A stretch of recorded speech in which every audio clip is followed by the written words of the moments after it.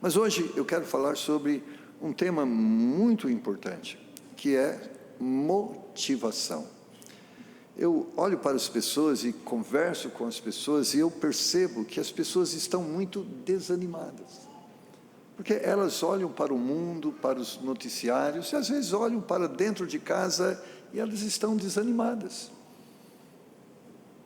Talvez você pergunta, pastor, aonde está a notícia, aonde está a manchete que pode trazer algum ânimo? Porque o que eu ouço, o que eu vejo, só é para provocar desânimo. Parece que tudo isso entra em contradição com aquilo que Paulo diz aos Tessalonicenses, quando ele diz, regozijai-vos sempre. Talvez você diga assim, como é possível eu estar sempre regozijando, motivado, alegre? Mas eu creio que quando o Senhor nos diz através da sua palavra uma mensagem, uma exortação, Ele não está nos provocando a algo impossível, mas a algo possível. É possível regozijarmos sempre? É possível em tudo dar graça? É possível continuarmos motivados apesar das lutas e das dificuldades? A resposta é sim. Mas eu começaria essa reflexão fazendo uma pergunta para você. Você está motivado para o ano 2026? Como você está enxergando este novo ano para a sua vida?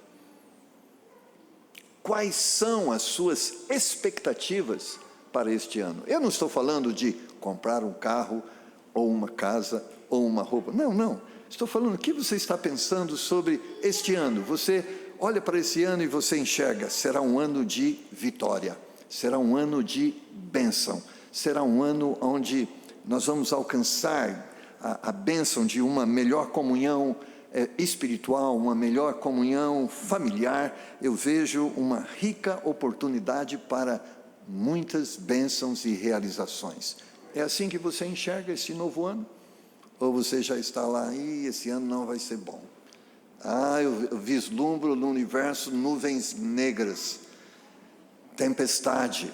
Afinal, esse ano é um ano eleitoral. Aí as pessoas já começam a tremer. Mas eu quero ler com você um texto de Eclesiastes, capítulo 9, e versículo de número 10, e eu quero orar para que Deus, através dessa porção da palavra de Deus, venha trabalhar no seu coração e no meu também, para renovar o nosso ânimo, a nossa alegria, e crermos o que está nos esperando este ano são muitas bênçãos. Amém? Fique de pé e acompanhe comigo a leitura desse trecho da palavra de Deus. Tudo quanto te vier à mão para fazer, faze-o conforme as tuas forças, porque na sepultura para onde tu vais, não há obra, nem projeto, nem conhecimento, nem sabedoria alguma. Vamos orar. Deus, mais uma vez, clamamos por tua misericórdia. Pedimos que o Senhor, mais uma vez, fale aos nossos corações e venha trabalhar em nossas mentes, e ao sairmos, queremos sair deste culto abençoados, entendendo e percebendo que o Senhor estava aqui, falando conosco. Eu sei que existe um público de pessoas aqui, que cada uma com uma necessidade, com um problema, com uma inquietação, mas eu sei que o Senhor tem a resposta para cada um deles, e que hoje esta resposta venha de uma forma audível, ser entendida e percebida para a glória do Senhor, em nome de Jesus. Amém. Poder sentar, irmãos. Eu sei que você, como eu, já passou aqueles momentos, sabe aquela vontade de desistir de tudo e de todos. Talvez você não passou por isso.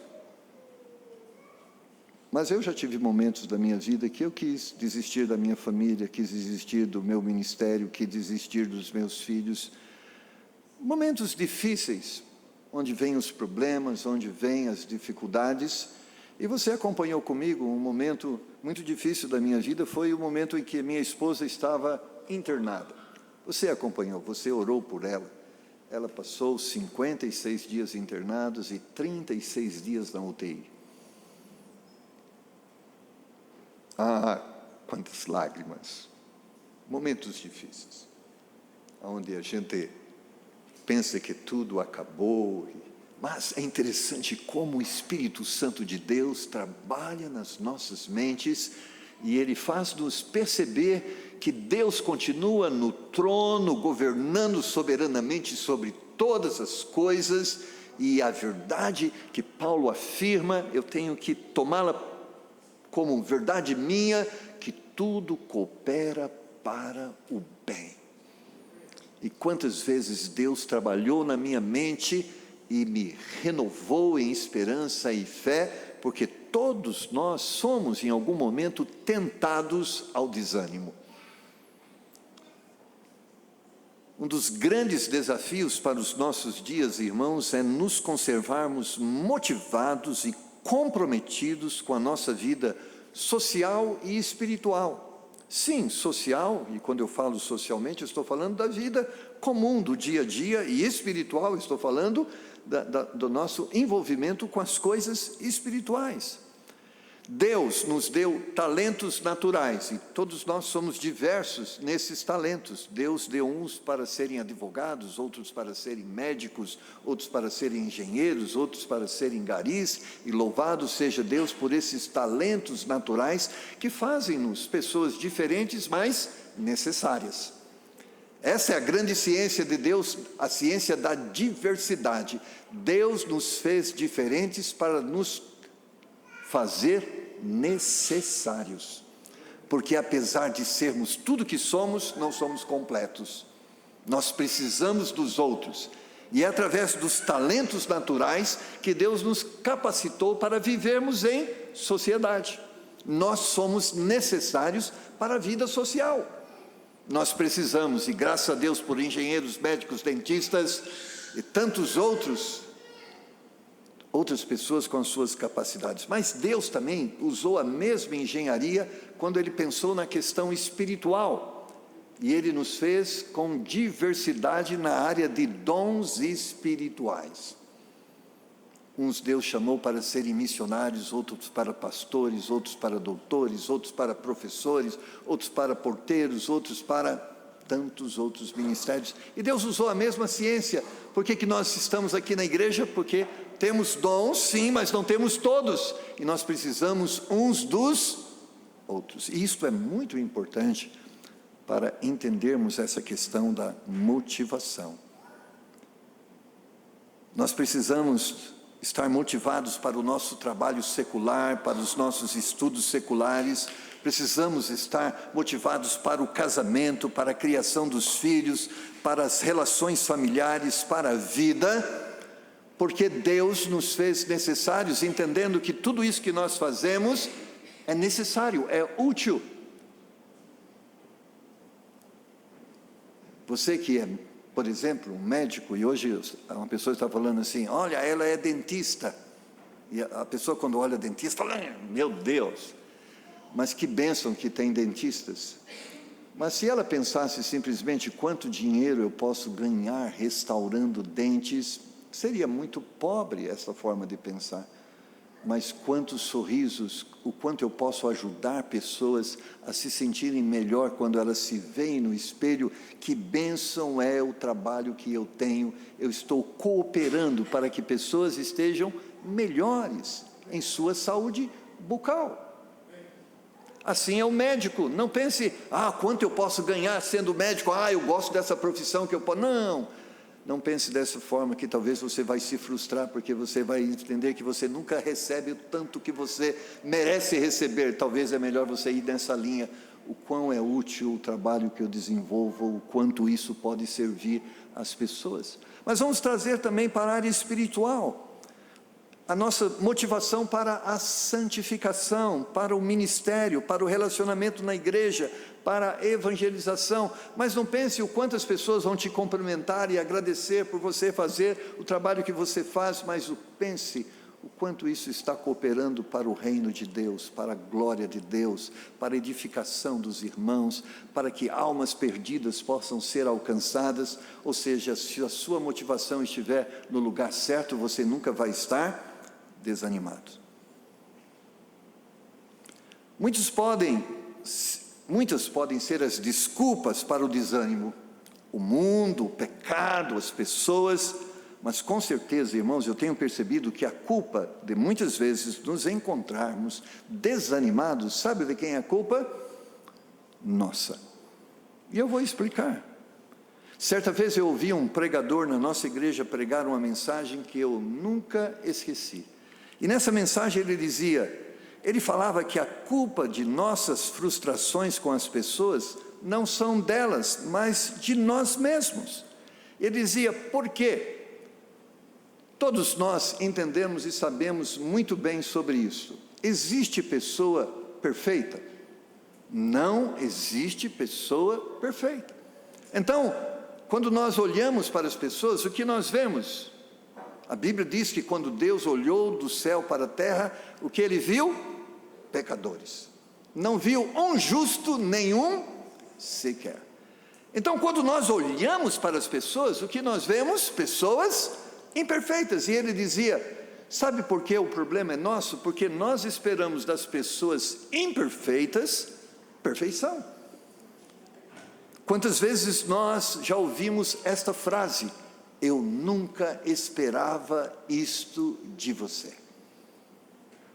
E por que nós não esperamos das pessoas erros, falhas? Pessoas imperfeitas vão em algum momento revelar imperfeições. Não quero aqui justificar falhas, mas explicar. Então, muitas vezes nós nos frustramos porque esperamos das pessoas algo que elas não podem dar. Não pense que o seu marido, o seu cônjuge vai ser perfeito. Ele é imperfeito. E se ele é imperfeito, em algum momento ele vai falhar.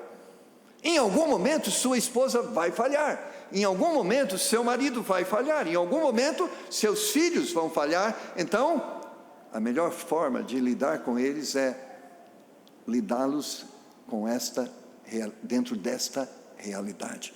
Porque é a realidade que Deus usa para lidar conosco.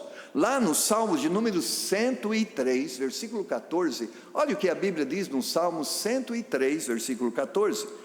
Pois Ele conhece a nossa estrutura e lembra-se de que somos pó. Quando Deus olha do céu e Ele olha para você, o que Ele vê? Pó. É isso que nós somos diante dos olhos de Deus. Quando você olha alguma virtude em alguém, alguma excelência em alguém, o que você percebe? Deus usou de misericórdia e Ele está usando ele naquela área, daquela forma.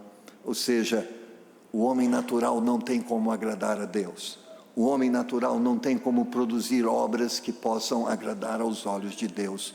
Tudo que de bom podemos fazer ou realizar é fruto da graça de Deus agindo na nossa vida e através da nossa vida, porque tira Deus da nossa vida, quem nós seríamos? Irmãos, miseráveis pecadores. E essa era a consciência do apóstolo Paulo sobre si mesmo. Se perguntasse para o apóstolo Paulo: quem você é, apóstolo Paulo? Ele diz: o pior dos pecadores. O que Deus espera de nós? Nada. Simplesmente que a gente abra o nosso coração e diga: faça o que o Senhor quer fazer de mim. Faça uma boa obra através de mim, porque eu mesmo não tenho nada a oferecer ao Senhor. Mas se o Senhor puder fazer alguma coisa através de mim, eu me nego a mim mesmo, entrego a minha vida nas suas mãos e aceito a sua vontade na minha vida. Então, irmãos, quando a nossa motivação está em Deus e o que representa a verdade de Deus para as nossas vidas, o desânimo não encontrará lugar em nossos corações. Eu sou pastor desde 1996, mas eu estou na fé cristã como membro da igreja desde 1976. Tenho uma longa trajetória. E uma das coisas que eu aprendi na minha vida, mesmo no ministério, é que eu não estou esperando nada das pessoas, eu estou esperando de Deus através das pessoas. Não que eu não me frustre, não me entristeço em ver coisas acontecendo errada na vida das pessoas, mas eu sei quem elas são. Mas quando eu olho com olhos errados, eu vou me desanimar. Quando eu sempre falo para a igreja, para os irmãos da igreja, irmãos, não pense que a igreja é o spa, onde você senta aqui, ar-condicionado, banco estofado, irmãos sorrindo, pessoas abraçando. Irmãos, aqui é hospital. Você pode pintar o hospital com cara de hotel, mas quando você olha para dentro do hospital, o que tem lá dentro? Doentes. A igreja é bonita, confortável, mas o que tem aqui dentro da igreja? Pecadores. Ai, pastor, estou decepcionado com o irmão da igreja. Novidade, nunca ouvi falar sobre isso. Decepção, eu não vi isso na história. É a primeira vez que eu estou ouvindo isso. Você ora desde a igreja primitiva, você vai ver problemas, dificuldades. Porque é isto que nós somos, mas graças a Deus, Deus está trabalhando na nossa vida. Eu não estou dizendo, olha, aceite o pecado, é coisa normal. Eu estou falando dentro de uma realidade. Você está aqui porque precisa ser tratado no seu pecado. Você está aqui porque precisa ser a pessoa que Deus quer que você seja. Por isso o Espírito Santo vai usar a sua palavra, vai usar o pregador para trabalhar áreas na sua vida, para que você seja a pessoa que Deus quer que você seja. Isso não está em você, está em Deus, e Deus quer manifestar isso em você. Hebreus capítulo 12, versículo 2, fala uma coisa muito importante. Quando a Bíblia fala sobre motivação, ela diz assim, olhando para Jesus. Os homens falham, Jesus não. Os homens erram, Jesus não. A igreja falha, Jesus não. Pastores falham, Jesus não. Se você estiver olhando para as pessoas, quando elas caírem, você vai cair junto. Mas quando você está olhando para Jesus, pessoas caem e você continua em pé. Pessoas se desanimam e você continua animado. Quando nós viemos para o primeiro ministério foi em Cajuru. E nós recebemos uma igreja com 7 pessoas. E pastor e os irmãos estavam desanimados. Mas graças a Deus, depois de 3 anos e 8 meses, tínhamos 60 pessoas na igreja. Quando nós fomos para São Paulo, recebemos uma igreja com 5 pessoas. E nós começamos a trabalhar com aquela igreja, e depois de algum tempo, já tínhamos mais de 70 pessoas. Quando chegamos em Templo Batista de Indianópolis, era um momento difícil. 2011, nós recebemos uma igreja com 25 pessoas. Mas hoje somos mais de 100 pessoas. E naqueles momentos as pessoas estavam desanimadas. E o que eu fiz de diferente? Eu ensinei elas a olhar para Cristo. Olhe para Cristo. Ande em direção a Deus. E você vai ver que Deus não frustra você, Ele sempre vai abençoar a sua vida, e você, mesmo sendo solitário, no meio de uma geração, você vai ser uma pessoa feliz, porque é isto que nós vemos na Bíblia.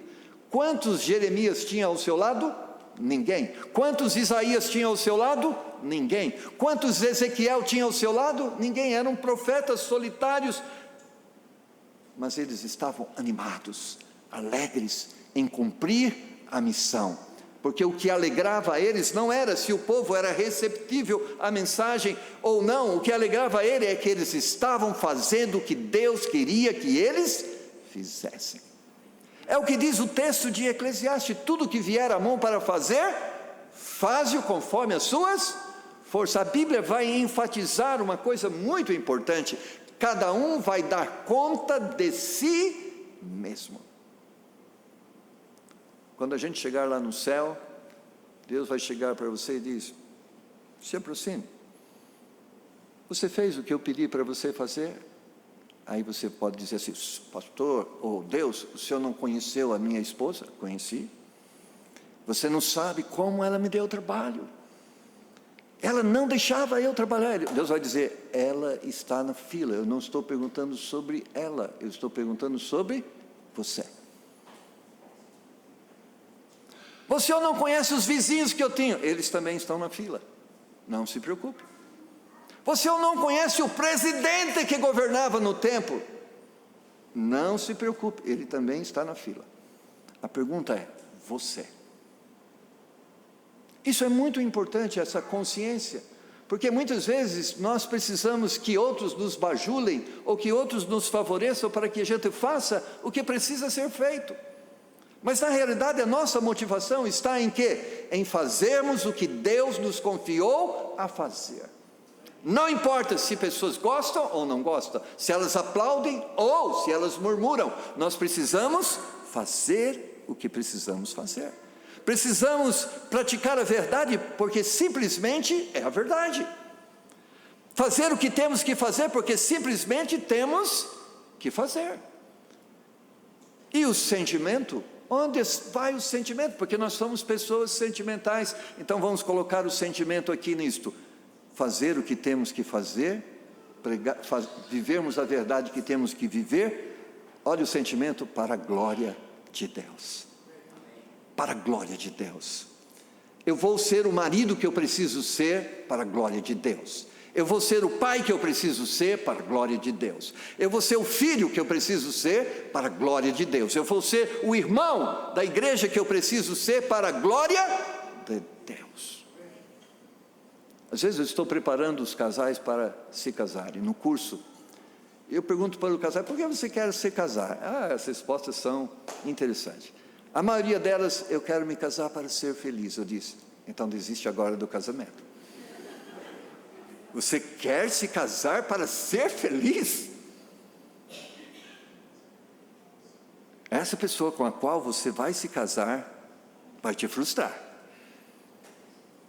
Irmãos, eu casei em 1986. Eu tinha essa expectativa: vou casar, eu vou realizar os meus sonhos, vou ter uma esposa, um lar, vai ser um lugar maravilhoso.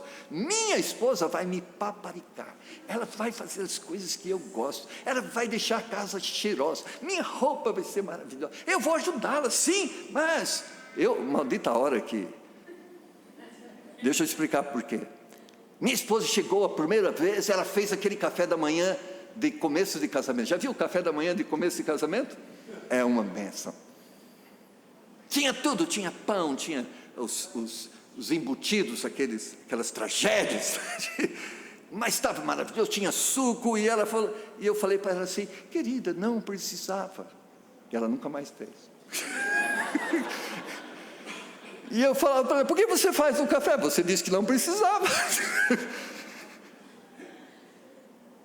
Mas eu digo para eles: se você se casa para ser feliz, você vai se frustrar, porque você está casando com uma pessoa imperfeita. Mas se você casa para a glória de Deus, você vai ser feliz. Na alegria, na tristeza, você vai ser feliz, porque você vai procurar glorificar a Deus. E nisso o seu coração vai ser renovado em fé e em esperança. É para a glória de Deus que eu vou suportar este momento. É para a glória de Deus que eu vou enfrentar esta dificuldade. É para a glória de Deus que eu vou agir desta forma. Porque muitas vezes eu fui deitar decidido: eu não vou fazer mais nada para essa mulher. Ela está aqui. Eu não vou mais, em protesto, sabe aquela coisa de represária? Agora eu não vou fazer mais nada. E aí Deus começava: como é que é o negócio? Você não vai fazer. Por que você não vai fazer? Porque ela não merece. Então é assim. A gente só vai lidar nessa área do mérito. Então vamos pensar sobre o que você merece de mim agora. Eu falei: agora a gente está entrando numa terra, um terreno meio perigoso. Aí Deus me convencia: é melhor você continuar fazendo o certo. Porque se a gente for discutir nesse ambiente de mérito, talvez você vai perder. Então é melhor você insistir, como diz a Bíblia: não nos cansemos de fazer o bem, porque a seu tempo ceifaremos, se não houvermos desfalecido. Amados irmãos, quando a gente olha para o profeta Isaías, e é interessante a história, ele profetizou durante 5 dinastias. Levantou um rei e ele protestou contra o pecado, ele morreu. Levantou outro rei e ele protesta contra o pecado, ele morreu. Levantou o terceiro, o quarto, o quinto, não aguentou e matou ele.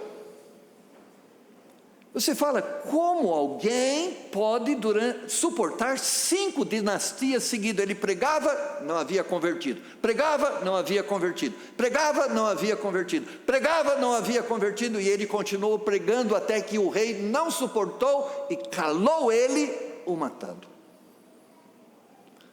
Por que ele fez isso? Porque ele amava mais a verdade do que a vida dele. Onde estava a alegria dele? Em pregar a verdade.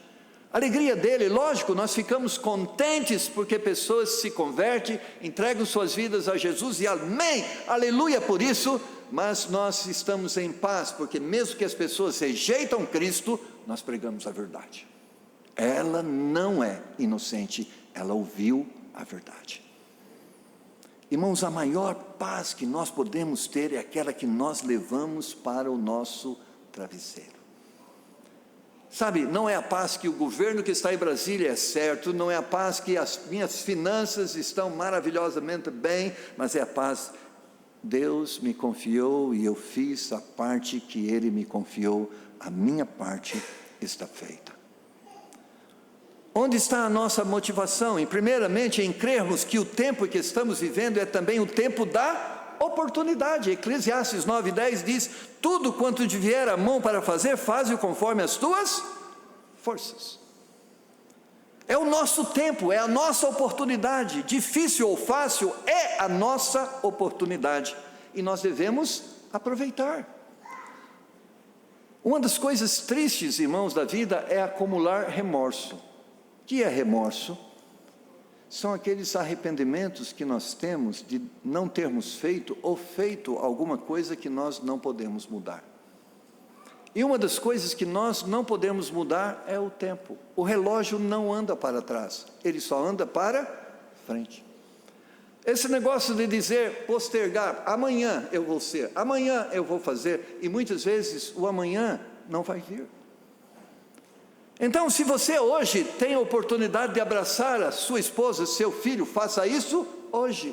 Quantas vezes eu já estive em funerais, onde o pai, ou a mãe, ou o esposo, ou a esposa estava lá com remorso, eu deveria ter feito, eu deveria ter perdoado, eu deveria ter amado, eu deveria ter abraçado, mas passou a oportunidade e agora eu não posso fazer nada, porque a Bíblia diz que para a sepultura onde nós vamos, não há mais oportunidade. E muitas vezes nós estamos perdendo oportunidades. E não só nessa área social, relacional, mas espirituais. Nós temos hoje a oportunidade e a liberdade de pregar, evangelizar, enviar missionários, sustentar a obra de Deus. Eu lembro de um filme, a cena triste daquele filme, A Lista de Schindler. No último cena, ele olha para o seu carro e ele começa a pensar, eu poderia ter vendido este carro e ter comprado alguns judeus, mas eu não o fiz, e agora não posso mudar. Por isso, meu irmão, nós estamos diante de oportunidades. Este novo ano é a oportunidade que Deus nos deu para fazermos aquilo que Ele tem pedido para fazermos. Então é tempo de aproveitarmos as oportunidades. A segunda coisa, creiamos que o tempo que estamos vivendo é tempo da misericórdia de Deus. Irmãos, quando eu falo misericórdia, Deus já poderia ter exercido juízo sobre nós, diante muitas vezes da nossa desobediência, diante muitas vezes da nossa falta de envolvimento, mas Deus nos deu um novo dia, um novo ano, dizendo assim, eu vou ser misericordioso, eu poderia hoje exercer juízo sobre você, mas eu estou te dando uma nova oportunidade. Tudo quanto vier a mão para fazer, faze-o conforme as tuas forças, porque na sepultura onde tu vais, não há obra, nem projeto, nem conhecimento, nem sabedoria alguma. Então o que você precisa fazer, irmãos, faça, porque hoje Deus está dando oportunidade para você fazer. Se você precisa pedir perdão, peça hoje. Se você precisa perdoar, perdoe hoje. Porque você não tem controle do tempo. Você tem hoje a oportunidade. E se hoje você ainda está andando longe de Deus, é a oportunidade de voltar. Eu lembro de um rapaz que chegou em nossa igreja e ele disse: pastor, eu tive um sonho. E a gente sabe, né? Nós, batistas, fundamentalistas, quando pessoas dizem assim, teve um sonho, você fala assim: o que foi que você sonhou? Eu sonhei que Jesus estava voltando. Eu falei: olha, bom sonho. E eu estava ficando. Ixi, é pesadelo. Mas o Senhor estava subindo. Eu gostei dessa parte. Mas eu disse a ele: olha, eu não quero julgar aqui sonhos, mas você está vivendo longe de Deus. Você está fora da vontade de Deus. E se Deus voltar hoje, você não está preparado. Você tem que tomar decisões na sua vida. Eu disse isso a ele. Mas ele não tomou as decisões que ele precisava tomar. Irmãos, sabe o que aconteceu? Um mês depois, ele foi assassinado.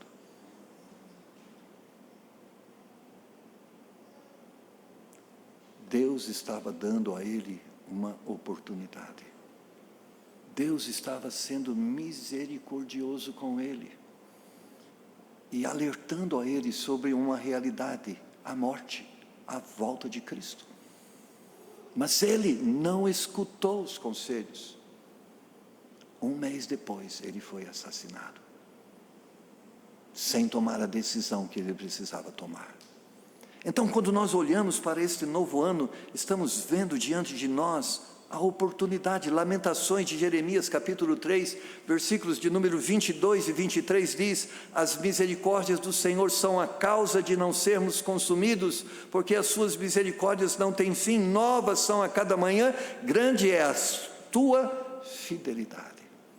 Temos um novo ano, um novo mês, um novo dia. O que é isso na nossa vida? Mais um dia, mais uma semana, mais um ano, mais... Não, é uma nova oportunidade. Porque quando nós olhamos, quando eu olho para a minha vida, irmãos, eu estou tomando decisões para ser o melhor pastor este ano. Porque eu olho para 2025, eu disse, eu não fui o pastor que eu precisava ser. Obrigado, Senhor, porque o Senhor está me dando mais um ano e eu espero ser um pastor melhor. Eu estou pensando sobre eu como pai. Eu estou pensando sobre a minha vida como esposo. Eu estou pensando na minha vida financeira. E eu agradeço a Deus de não ter sido destruído o ano passado, e Deus está me dando um novo ano para que eu tome decisões assertivas para a minha vida. É a misericórdia de Deus, porque eu já podia ter sido julgado o ano passado e ter sido destruído na ira justa de Deus. Mas Deus me deu um novo dia, um novo ano. Se estamos vivendo, temos a oportunidade para as grandes bênçãos e grandes coisas. O ontem, irmão, já passou, não podemos mudá-lo. O amanhã, não sabemos o que vai acontecer, então nós temos hoje e precisamos aproveitar. Um ano novinho, dias que não foram vividos, oportunidades que pela misericórdia de Deus se renovaram para nós. Lembro lá na igreja de um irmão, ele faleceu no dia 31 de dezembro. Ele não teve a oportunidade de ter um novo ano, mas graças a Deus, ele morreu com Cristo. Não tem problema. Mas quantos passaram desta vida para a eternidade sem Cristo? Quantos passaram desta vida sem terem combatido o bom combate, nem guardaram a carreira, tampouco guardaram a fé? Por isso, quando nós estamos diante de um novo dia, não brinque com esta oportunidade. É algo muito importante e valioso para as nossas vidas. Não postergue para amanhã o que você precisa fazer hoje, agora. Porque nós não sabemos o dia que Deus vai voltar para nós.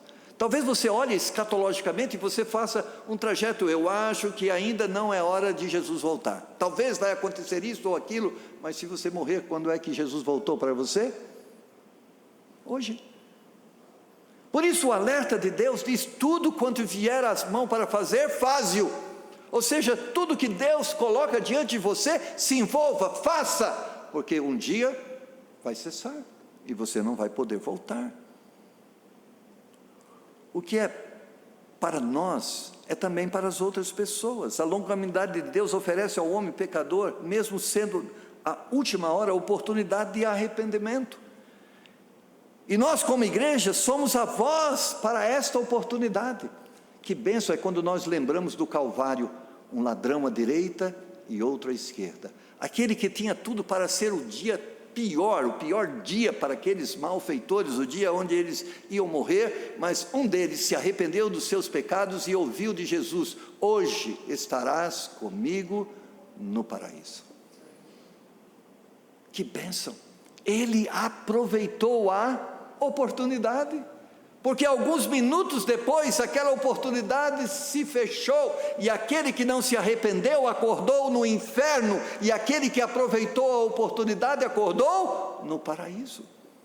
Por isso a oportunidade, irmãos, o dia, estas horas, esses minutos, são oportunidades gloriosas, graciosas, que Deus está nos oferecendo para tomarmos decisões que ainda não tomamos, para andar em direções que temos muitas vezes remediado.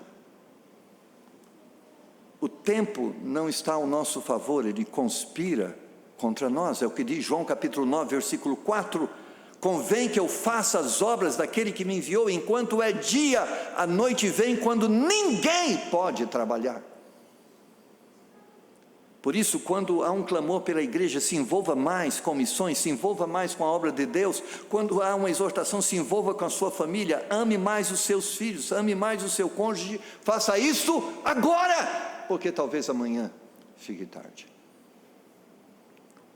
E último, a volta de Cristo está próxima, e essa deve ser uma grande motivação.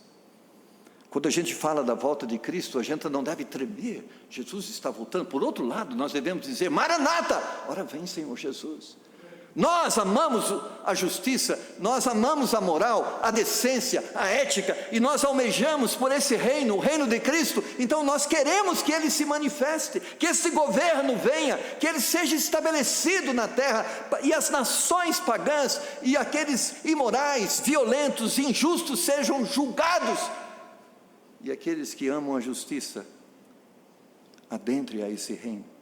Eu creio, irmãos, que somos a geração do arrebatamento. A geopolítica aponta para isso. Sabe essas coisas do Trump, de Putin e de todos os governantes? Sabe o que é isso, irmãos? O barulho, todo esse barulho. O Trump agora quer a Groenlândia. Eu não estou entrando nessa área política, eu só quero alertar você. Sabe o que é isto? É um barulho para que as pessoas dizem: nós precisamos de um governo mundial, porque os governos das nações são loucos, eles tomam decisões loucas. Nós precisamos colocar ordem nesta casa, porque cada vez um é mais louco que o outro. Então nós precisamos acabar com a loucura. Isto, irmãos, é barulho para que as pessoas passem a defender o governo mundial, e você sabe o que isso significa. Profeticamente a Bíblia diz que o mundo que antecede o período da tribulação é um mundo abalado politicamente, socialmente e economicamente, e nós estamos caminhando para este caos. A declaração de Putin, que está lá nas redes sociais, ele diz: se vocês querem guerra, nós estamos prontos para a guerra. O estupim já está aceso. Nós não sabemos que hora que a bomba vai explodir, mas ele já está aceso. E nós estamos percebendo as movimentações, não só a questão política, mas a questão da moral, a questão da violência, a questão da injustiça. Os países estão dominados pelo narcotráfico. Não é só a Venezuela, não é só a Colômbia, e você sabe, nem posso falar outros nomes aqui. Jesus está voltando, porque o caos está estabelecido, a imoralidade, a injustiça, a violência. E o que nós devemos fazer? Nós devemos fazer como Abraão: Deus, se houver 10 justos, o Senhor vai destruir. Nós precisamos orar pela nossa nação. O tempo que antecede o juízo de Deus sobre o mundo é o momento em que a igreja deve se despertar para a evangelização. Não podemos nos sentar na arquibancada da vida e assistir o espetáculo. O que está para vir é algo muito sério e terrível. Não podemos ser indiferentes. João capítulo 9, versículo 4, nas palavras de Jesus: convém que eu faça a obra daquele que me enviou enquanto é dia, a noite vem quando ninguém pode trabalhar. Se Jesus voltar, o juízo vai iniciar. 2 Pedro capítulo 3, versículo 9, a Bíblia diz: o Senhor não retarda a sua promessa, ainda que alguns a tenham por tardia, mas é longânimo para conosco, não querendo que alguns se percam, senão que todos venham a arrepender-se. Quantos têm parentes que não são crentes ainda? Quantas cidades vêm na sua mente que o Evangelho ainda não alcançou?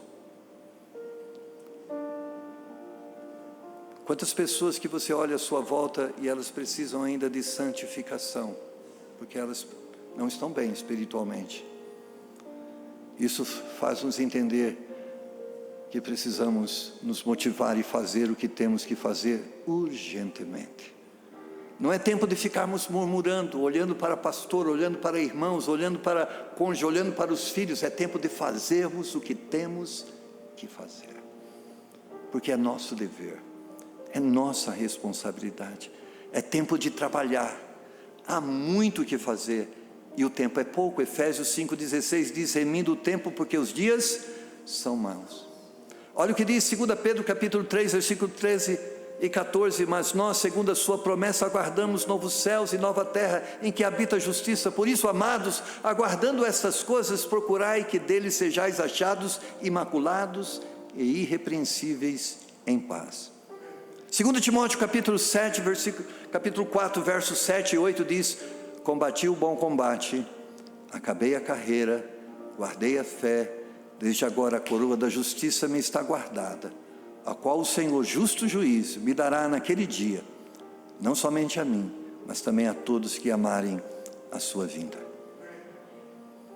Eu sei que o momento não é fácil, são muitas as dificuldades, mas seja consolado com as palavras do apóstolo Paulo em 2 Coríntios capítulo 4, versículos 16 e 18.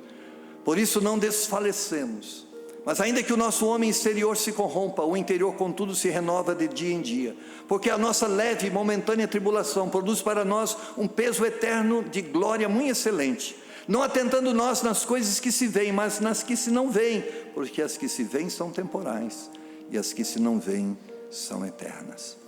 Por isso, meu irmão, eu quero encerrar essa reflexão dizendo para você: olhe para cima, mas não deixe de olhar para o mundo, para as almas perdidas.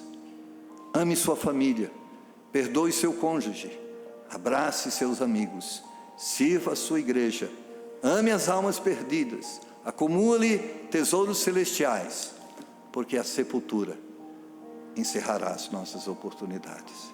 Faça hoje, porque amanhã talvez seja tarde. Peça perdão a Deus hoje, peça perdão a quem você precisa pedir, ame quem você precisa amar, abrace quem você precisa abraçar. Eu lembro da minha irmã ligando a mim, e quero encerrar com esse exemplo. Minha irmã ligou para mim e disse: Marcos, se você quer ainda abraçar nossa mãe, corra para o hospital, porque ela está perto de morrer. Chamei minha esposa, arrumamos um lugar para ficar, nossos filhos eram pequenos, e eu corri para o hospital. Quando eu cheguei lá, ela disse: ela já morreu.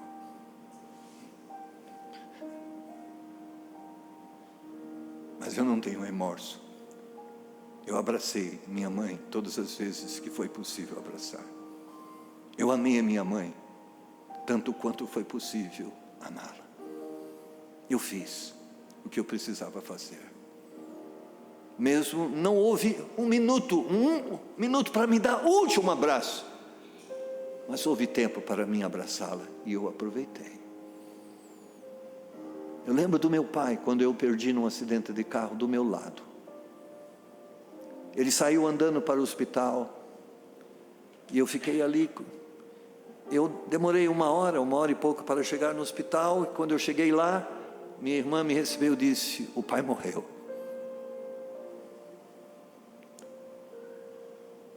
Mas eu procurei ser um bom filho. Procurei respeitá-lo e amá-lo enquanto ele era vivo. Não ficou remorso no meu coração. Eu fiz o que precisava ser feito. Eu não precisava de mais um minuto, nem mais uma hora, nem mais um dia. Eu tinha feito o que o tempo tinha me dado a oportunidade de fazê-lo. Hoje é o dia da oportunidade. Por isso, se você está distante de Deus, volte. Amanhã pode ser tarde. Se você ainda não tem Deus na sua vida, Jesus disse que Ele é o caminho, a verdade e a vida, e ninguém vai ao Pai a não ser por Ele. Então abra o seu coração e receba Jesus, porque talvez amanhã você não tenha oportunidade. Eu não estou sendo trágico, eu estou sendo realista, é fato.